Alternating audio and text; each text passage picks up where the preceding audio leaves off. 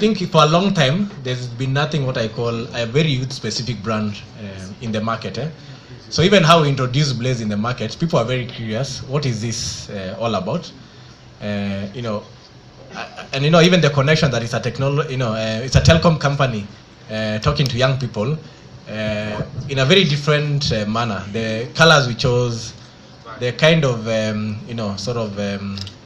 I call the models we use in the advertisement, real people, by the way. One of the debates we were using when we were discussing the creative idea was, should we use models or should we go actually look for young people living those dreams and showcase them in the initial sort of commercials? And we chose the second route, and it was more authentic. And young people are they can smell bullshit from 10 kilometers away. The role models in society are not a bad thing for Bob. There's they're called what? Mount Everest, and then there's Mount Longonot. Which one are you likely to sort of ever climb in your life? We all admire Everest, but you never ever sort of interact with Everest. So I think getting young mentors, around 25 to 30 years old, I can see myself in that journey. Also created the attraction for the young people. Blaze has three different aspects. It has a summit. Summits are the mentorship platforms or the events where young guys come and get to meet their mentors.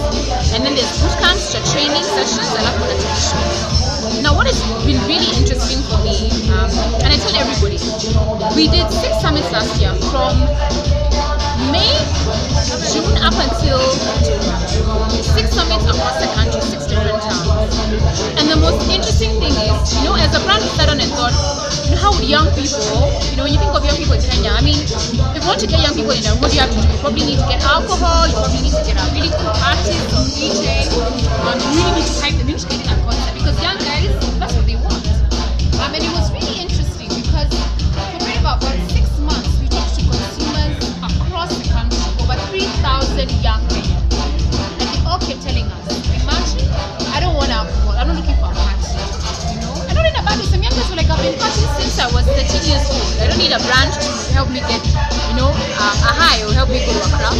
But then the thing I most want that I didn't get in Kenya is a brand that's willing to invest in and take this seriously. And it's true.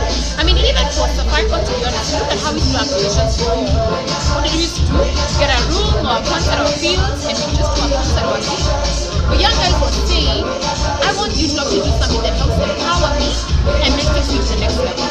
Which is how we came up with the Blaze Summit. We had entertainment for like 2 hours at the end, but the rest of the day was mentorship sessions. Entering a place, sitting down, listening to a mentor story, later doing Q&A, asking them to share their advice with you. I mean, it was a very serious session. But what is shocking is, well, we had a target of 18,000 consumers. Guess how many showed up at the summits? 44,000. We had 44,000 young guys who had better things to do if they wanted to find other stuff to do, who chose that I'm going to go for this summit. I actually am going to bother and invest in myself and even pay an entrance fee of 100 bob to sit and listen to mentors and be challenged and be inspired.